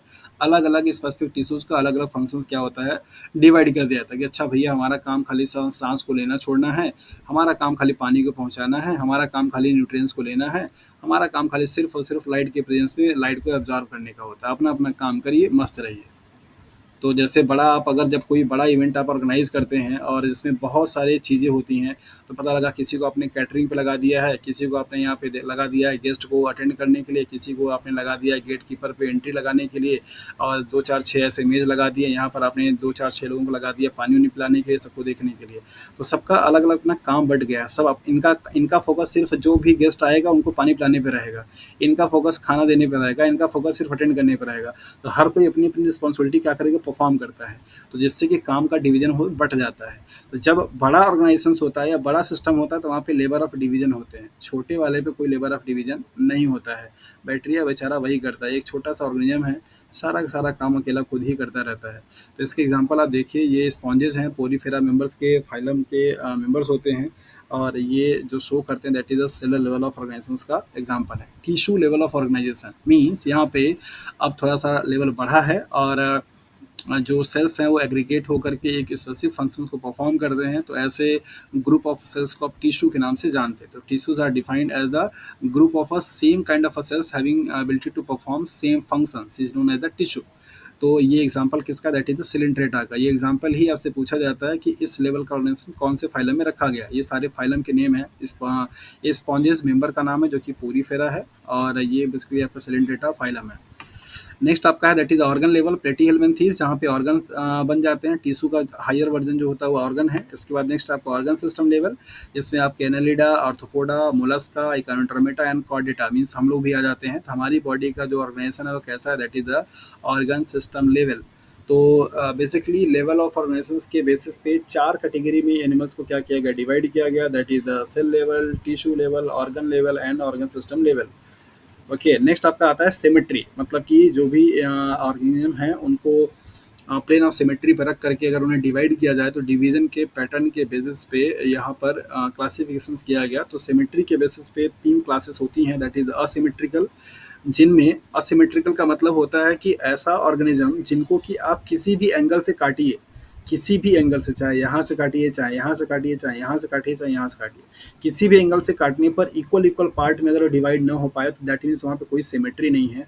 ऐसे काइंड ऑफ सिमेट्री को असिमेट्रिकल नाम दिया जाता है। स्पॉन्जेस जो कि पोरीफेरा के एग्जांपल्स होते हैं, इनमें इनकी बॉडी को आप दो इक्वल पार्ट में कभी काट ही नहीं सकते। इनकी बॉडी का ऑर्गेनाइजेशन ऐसा होता है कि वो इक्वल इक्वल पार्ट में कभी डिवाइड नहीं हो सकते हैं। सो नेक्स्ट इसके बाद आपका आता है दैट इज, यहाँ पे लिखा भी है, any plane that passes through the central does not divide them into the equal half. कोई भी ऐसी प्लेन या कोई भी ऐसा पार्ट नहीं है जहाँ से कि आप कट करिए तो उनके बॉडी के पार्ट को दो इक्वल पार्ट में आप डिवाइड कर सकें। ऐसे सिमेट्री को बेसिकली असिमेट्रिकल के नाम से जाना जाता है। एग्जांपल्स हैं आपके Porifera member, that is the sponges. Next है that is the radial symmetry. Radial symmetry का मतलब होता है, इसमें एग्जांपल्स आपके आते हैं, सिलेंट्रेट्स आते हैं, टिनोफोरा आता है, इकानोडर्मेटा आता है, ये सारे आपके फाइलम हैं। इन फाइलम की प्रॉपर्टी भी आपको पढ़नी रहेगी। When any plane passing through the central axis of the body divides the organism into the two equal half, उसे आप बोलते हैं that is the radial symmetry. मतलब कि सपोज जैसे मान लीजिए ये कोई ऑर्गेनिज्म है, सॉरी ये इनका सेंटर पार्ट है, आपने ऐसे कट लगाया तो भी ये लेफ्ट एंड राइट में कट गए, आपने ऐसे कट लगाया तो भी ये टॉप एंड बॉटम में कट गए, आपने ऐसे कट लगाया तो भी ऐसे ये कट गया, आपने ऐसे कट लगाया तो भी ये ऊपर नीचे कट गए। तो ऐसा बॉडी का पैटर्न या सिमेट्री जिसमें कि सेंट्रल पॉइंट से किसी भी एंगल से अगर आप कट करते हैं तो इक्वल इक्वल पार्ट में, दो हाफ पार्ट में डिवाइड हो जाए, उसे आप रेडियल सिमेट्री के नाम से जानते हैं। And radial symmetry is the characteristics properties of the phylum that is the Coelenterata, Ctenophora, Echinodermata। Next आपका आता है that is the bilateral symmetry, जो कि जिसमें आपके आते हैं एनिमल्स और एनालिडस और आर्थ्रोपोड्स आते हैं। इनका होता है कि सिर्फ और सिर्फ किसी एक प्लेन ऑफ सिमेट्री से इनको इक्वल पार्ट में डिवाइड किया जा सकता है, राइट एंड लेफ्ट में। The body plane can divide identical left and right half only one plane. एक किसी प्लेन से अगर काटा जाए, मान लीजिए कि ये आपका पूरा ऑर्गेनिज्म है और उसको सिर्फ ऐसे अगर काट दिया जाए तो ये लेफ्ट में और राइट में क्या हो, डिवाइड हो जाए, तो इसको आप क्या बोलते हैं, that is the bilateral symmetry.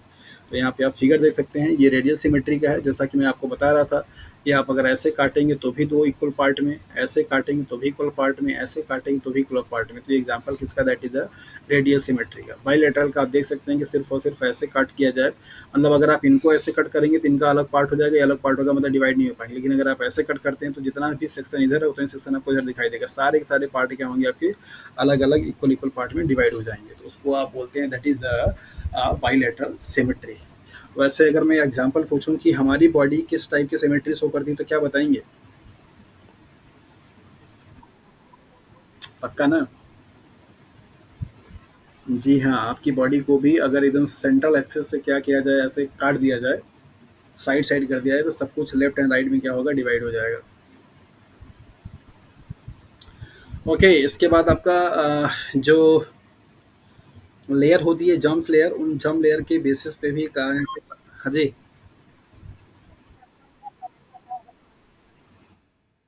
नीचे वाली स्लाइड में क्या देखना है आपको?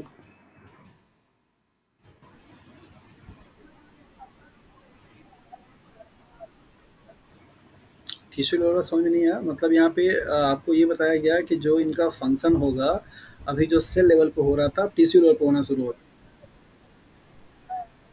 ये सिलेंट्रेट्स फाइलम है।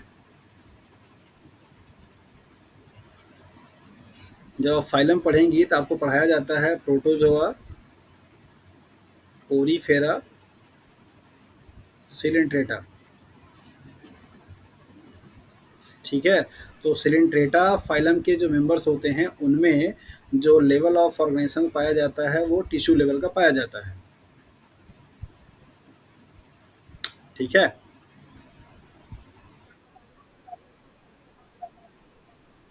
हाँ, मैंने आपको स्टार्टिंग में ही बोला था कि यहाँ पे मैक्सिमम जो लोग जुड़े हैं सब के सब अलाइड ब्रांच से बिलोंग करते हैं, किसी का भी बॉटनी और जूलॉजी बैकग्राउंड नहीं है। तो हो सकता है कि ये सारे टर्म्स आपके लिए थोड़ा सा परेशान करने वाले हो जाए। दैट इज़ वाई मैंने स्टार्टिंग में ही ये बोल दिया था कि आप इसको थोड़ा सा देख के समझ के पढ़िएगा। ओके, बट कोशिश मेरी यही है कि आपको सारी चीज़ें एकदम अच्छे से क्लियर हो जाएं, कहीं पे कुछ डाउट ना रहे। बट अगर है तो पूछ सकते हैं आप। तो सिलेंट्रेटा फाइलम है और उस फाइलम के भी जो मेंबर्स होते हैं वो टिश्यू लेवल ऑफ ऑर्गेनाइजेशंस को शो करते हैं। ओके, जर्म्स लेयर के बेसिस पे मीन्स आपके जो जर्म लेयर हैं जिससे कि सारे के सारे सेल्स या टिश्यूज का ओरिजिनेट होता है, उनके बेसिस पे आपको यहाँ पे क्लासिफिकेशन किया गया है एनिमल्स को, दैट इज द डिप्लोब्लास्टिक में, डिप्लोब्लास्टिक में जिनमें सिर्फ टू लेयर्स पाई जाती हैं उनको डिप्लो, जिनमें आपके थ्री लेयर्स पाई जाती हैं इनको ट्रिप्लोब्लास्टिक नाम से जाना जाता है। तो कौन कौन से लेयर हैं यहाँ पे देख लीजिए। डिप्लोब्लास्टिक का एग्जांपल कौन है, दैट इज द सिलेंट्रेट्स के मेंबर, जो सिलेंट्रेटा फाइलम के मेंबर्स होते हैं उनके में जर्म लेयर से 2 ही पाया जाता है। और एक्टोडर्म्स और इंडोडर्म्स ये भी आपसे सवाल पूछे जाते हैं, दैट इज कि कौन कौन से लेयर आपके पाए जाते हैं। तो डिप्लोब्लास्टिक में जिसमें 2 ही सिर्फ आपका ब्लास्टिक लेयर होती है, जिसमें पहला आपका क्या है, दैट इज एक्टो मीन्स बाहर वाला जो होगा एक्टो, और अंदर वाला जो होगा आपका इंटरनल मीन्स एंडो, राइट। ट्रिप्लोप्लास्टिक में एक लेयर आपकी मीडियम में बढ़ जाती है। ट्रिप्लोप्लास्टिक एग्जांपल है प्लेटी हेलमिंथेस से लेकर के कॉर्डेटा तक, मतलब जितने भी फाइलम प्लेटी हेलमिंथेस के बाद से कॉर्डेटा के अंदर में आते हैं वो सब के सब एग्जांपल किसके, दैट इज ट्रिप्लोप्लास्टिक का। तो अगर मैं आपसे पूछूं कि हम लोग किस में आते हैं तो आप क्या बताएंगे?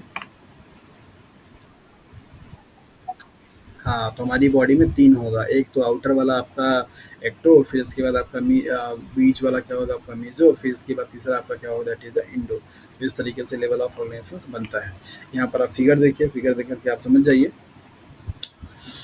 यहाँ पे ये जो फिगर आपको दिखाया जा रहा है दैट इज़ इंडोडर्म का, और ये जो फिगर दिखाया जा रहा है आपको इक्टोडर्म का। बीच में यहाँ पे आप देखिए मीज़ोग्लिया, जिससे कि आपका मीज़ोडर्म में डिराइव होता है, वो यहाँ पे बन गया है, जो कि इसमें आपको नहीं दिखाया था। ये जो फिगर है वो किसको बताता है दैट इज़ द ट्रिप्लोब्लास्टिक को, और ये आपको बताता है डिप्लोब्लास्टिक को। एक इम्पॉर्टेंट पॉइंट, हाँ, जो जर्म लेयर होती है, जब भी एम्ब्रियोनिक डेवलपमेंट के टाइम पे जब जर्म लेयर का फॉर्मेशन होता है, इन्हीं जर्म लेयर से सारे डिफरेंट आपके जो ऑर्गन्स एंड सेल्स बने हुए हैं, इन्हीं जर्म लेयर से ही बनते हैं डिफरेंशिएशन होने से। तो जर्म लेयर के नंबर के बेसिस पे क्लासिफिकेशन किया गया है। कुछ ऑर्गेनिजम्स ऐसे होते हैं जिनमें जर्म लेयर से 2 ही पाए जाते हैं, दैट इज़ एक्टोडर्म और इंडोडर्म, और बाकी जो रेस्ट ऑफ दी ऑर्गेनिजम्स होते हैं उनमें क्या होता है that is the endo, exo and meso. ये 3 टाइप के आपके जर्म लेयर पाए जाते हैं। कभी-कभी ऐसे सवाल आपसे पूछा जाता है ना कि हाँ, ये आपका ऑर्गन जैसे सपोज़ हार्ट है या फिर आपका लिवर है या फिर इंटेस्टाइन है, उनकी ओरिजिन किससे हुई है? मेसोडर्म से हुई है, एंडोडर्म से हुई है? जब आपको स्केलेटन सिस्टम पढ़ना होता है या फिर आपको मसल सिस्टम पढ़ना होता है, तो वहाँ पर आपको ये पढ़ाया जाता है। या तो फिर अगर आपने डेवलपमेंटल पढ़ा हुआ है रिप्रोडक्शंस वाले, तो वहाँ पे भी आपको ये पढ़ने को मिलता है, राइट? एक इम्पॉर्टेंट पॉइंट मैं यहाँ पे आपको बताना चाह रहा था, ऑर्डर ऑफ ओरिजिन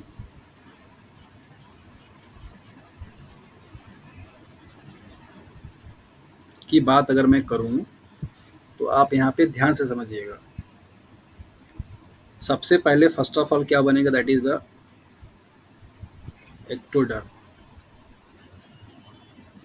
फिर क्या बनेगा इंडोडर्म, फिर क्या बनेगा मेसोडर्म। ये दिमाग में मत रखिएगा कि ये मेसोडर्म आपका बीच में आता है तो यहाँ पे ये बीच में बन जाएगा, ऐसा नहीं है। सबसे पहले ये दोनों लेयर का क्या हुआ था फॉर्मेशन हुआ, फिर इसके बाद मीजोग्लिया सेल्स बनी और उसका डिफरेंशिएशन होकर के मेसोडर्म का फॉर्मेशन हुआ था। तो ये वाला ऑर्डर आपसे पूछा जाता है एग्जाम में, आप इसको अच्छे से याद रखिएगा। तो on the basis of a germ layer the animals can be classified in 2 category that is the diploblastic and triploblastic. So diploblastic कौन होगा, एग्जाम्पल यहाँ पे सिलेंटेटा देख रहे हैं, और डिप्लोब्लास्टिक कौन होगा, प्लेटिहेलमिन्थेस से लेकर के कॉर्डेटा देख रहे हैं। नेक्स्ट आपका आता है सिलोम। सिलोम बेसिकली एक तरीके का आपका क्या है, बॉडी की कैविटी होती है। जैसे कि जब आप खाना जो खा रहे हैं, अगर आप उस खाने वाली जो कैविटी नाल होती है, अगर आप उसको टीएस काट के देखेंगे तो आपको यहाँ पे ऐसे कैविटी दिखाई देती है, उसी कैविटी को बेसिकली आप सिलोम के नाम से जानते हैं। The body cavity which is lined by the mesoderm, और ये मेसोडर्म से ओरिजिनेट होती है, उससे आप सिलोम बोलते हैं। और इस सिलोम के प्रेजेंस और अब्सेंस के बेसिस पे एनिमल्स को 3 कैटेगरी में डिवाइड किया गया, सिलोमेट्स, स्यूडोसोलोमेट्स एंड असिलोमेट्स, राइट?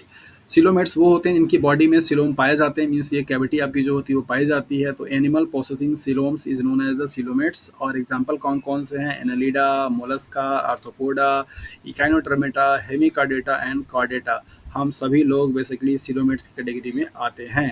तो ये बड़ा ही एग्जाम्पल अच्छा है, आप इसको देख सकते हैं। तो यहाँ पर आपको दिखाया जा रहा है सिलोम के बारे में, कि कैसा है ये इसका स्ट्रक्चर। नंबर 1 वाला जो पार्ट है मीन्स ये वाला, ये आपको दिखाता दैट इज द सिलोमेट्स को।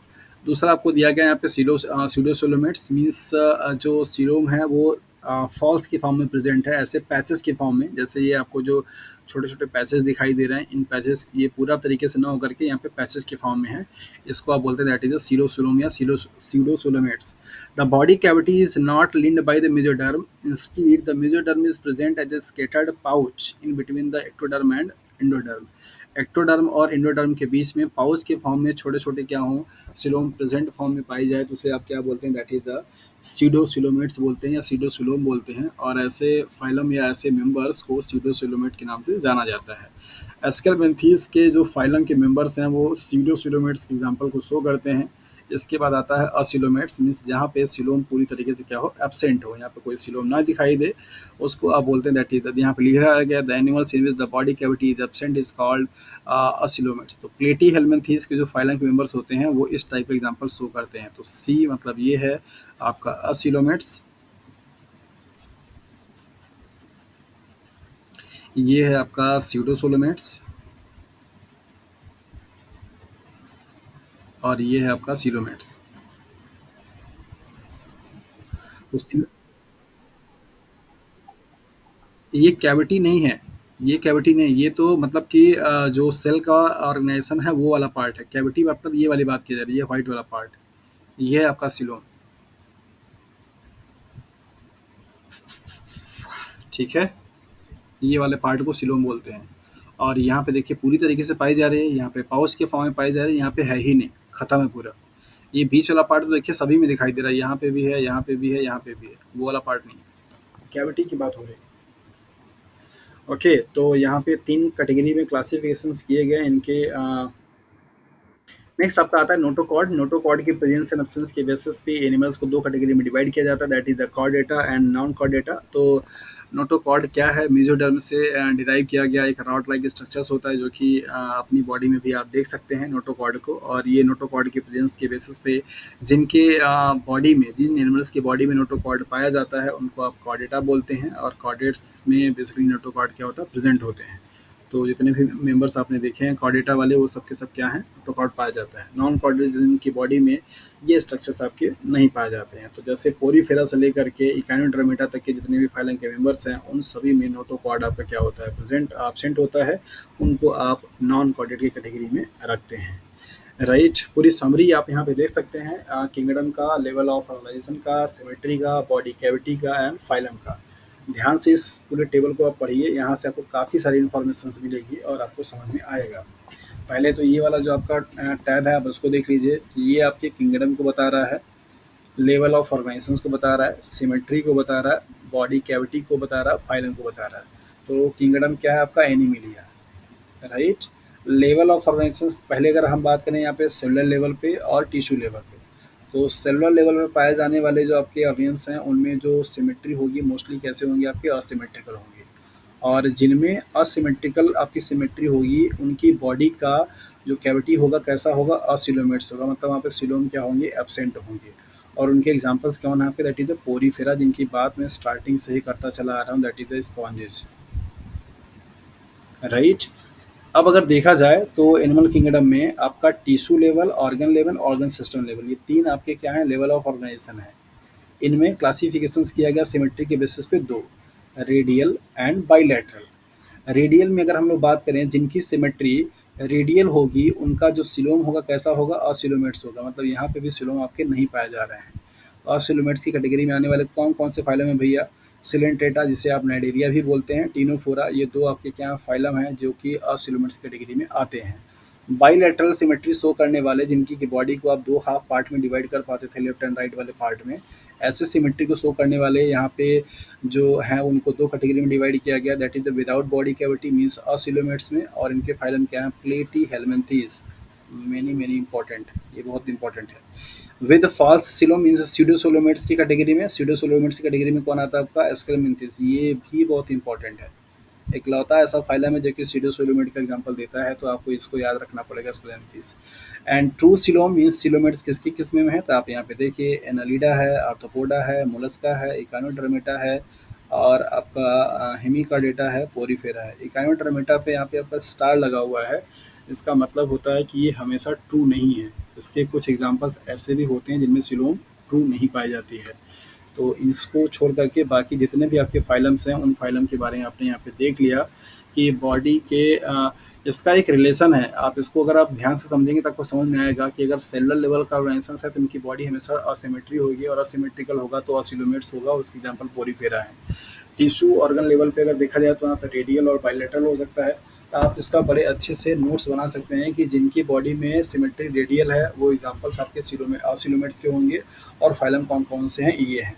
आपका काम क्या हो जाता है कि अब आप किसी बुक से सिलेंट्रेटा के एग्जाम्पल्स आप अपने यहाँ पे लिखेंगे, टिनोफोरा के एग्जाम्पल्स आप यहाँ पे लिखेंगे, क्योंकि हो सकता है कि आपसे एग्जाम में सवाल एग्जाम्पल दे करके ही पूछा जाए। तो इस टेबल को आप फुलफिल करेंगे विद एग्जाम्पल्स, आप एग्जाम्पल्स को लगाएंगे, एग्जाम्पल्स को रखेंगे। एस्केलमेंथीज के कौन से एग्जाम्पल हैं, हो सकता है कि आपको फाइलम न दे करके मेंबर दे दे और पूछे कि which of the one of the following members belongs to the pseudocoelomates, कौन सा मेंबर इसमें से सीडोसिलोमेट्स से बिलोंग करता है।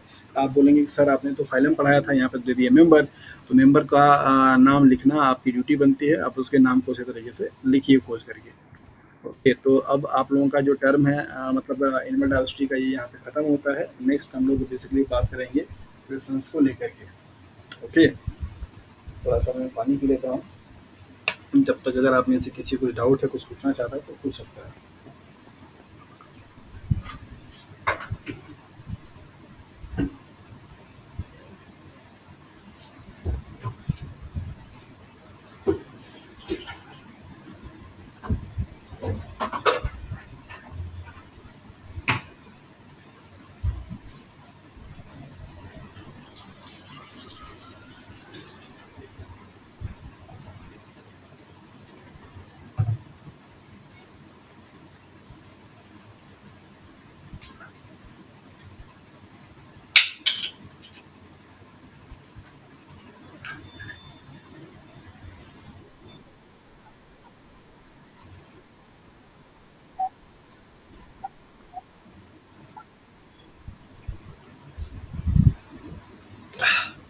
क्लासिफिकेशन क्लासिफिकेशंस के लिए आप कहीं से ही पढ़ेंगे, क्या नाम है अमित, तो कोई दिक्कत नहीं है। वो मैटर ये नहीं करता कि कौन सी क्लास से है, मैटर ये करता है कि जो कंटेंट है, जो कॉन्सेप्ट है, वो वही है क्लासिफिकेशंस को लेकर के। तो आपको ज़्यादा परेशान होने की जरूरत नहीं है। आपके पास एनसीईआरटी बुक अगर है तो आप उससे ही पढ़िए, मोर देन इनफ होगा।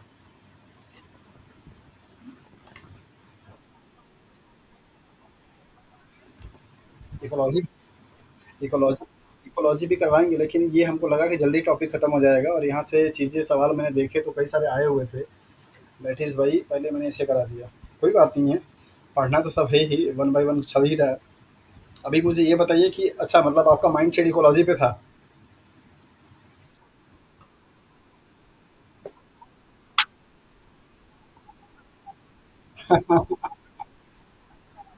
अच्छा, ओके, तो मतलब आज पढ़ने में मन नहीं लगा आपका अवनीत? मतलब बोरिंग सा लगा ना, कि सर ने बोला कुछ और था, पढ़ाया कुछ और है।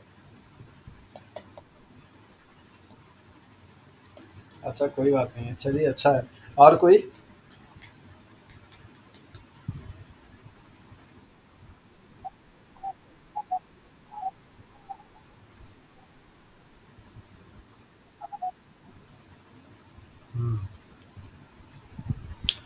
ओके, तो अब हम लोग मूव करेंगे क्वेश्चंस की तरफ, और अब आप लोगों का काउंटडाउन शुरू होगा, मतलब अब आप लोग का थोड़ा इन्वॉल्वमेंट आएगा। अभी आप लोगों ने बहुत अच्छे तरीके से सुना और क्लास को समझा, और होपफुली देखिए, इस पूरी क्लास का सिर्फ दो पर्पज़ है। पहला, कि आपको बेसिक जो चीज़ें हैं वो पता होनी चाहिए। अगर आपको थोड़ी-थोड़ी चीज़ें भी अगर आपको पता नहीं रहती है, तो कभी-कभी सवाल आपका आता है तो फँस के मतलब निकल जाता है, नहीं कर पाते हैं आप। तो इस क्लास से कम एटलीस्ट आपके दिमाग में इतनी बातें तो हो गई होंगी, या अभी समझ में आ गया होगा कि true kingdom, five kingdom, binomial nomenclature, classifications ये क्या हैं, कैसे हुआ था, क्या प्रॉपर्टी है फाइव किंगडम क्लासिफिकेशंस का। ये सारी चीज़ें आप एक क्लास में सेंसिटाइज़ हो गए, मतलब समझ गए हैं। अगर अब आपका यहाँ से प्रॉब्लम आता है तो थोड़ा बहुत अपना आप इनपुट लगा करके अच्छे से पेपर को सॉल्व कर सकते हैं, राइट। बाकी इकोलॉजी पे भी हम लोग आएंगे, बात करेंगे, अवनीत आप परेशान मत होइए इकोलॉजी को लेकर के। Okay, which of the following is the correct sequence of these event in the origin of life. Origin of life को लेकर वर्ट नोटोकॉर्ड का मॉडिफिकेशन होकर के वर्टिब्रल कॉलम बनता है। वर्टिब्रल कॉलम आपकी बॉडी में पूरे लाइफ टाइम रहता है, जबकि नोटोकॉर्ड लाइफ की कुछ फेज में डिसअपियर हो जाता है।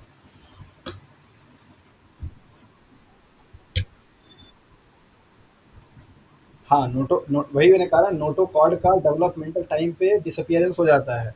और जैसे आपकी बॉडी में वर्टिब्रल जो कॉलम है वो पूरी पूरी इंटायर लाइफ में रहती है। तो नोटोकॉर्ड का पाया जाना उसके बेसिस पे क्लासिफिकेशन किया गया। ये मिसकॉन्सेप्शन है कि नोटोकॉर्ड ही आपका बैकबोन है, जिससे कि आप वर्टिब्रल कॉलम बोलते हैं। उसी से डिराइव हुआ है, ये बात अलग है। चलिए, तो पहला सवाल आपके सामने है, और आप उसको देख करके समझिए कि क्या है। हाँ जी। सी। सी सी का मतलब है QRPS, यही वाला ना? एक मिनट, थोड़ा सा मैं यहाँ पे। अच्छा जी।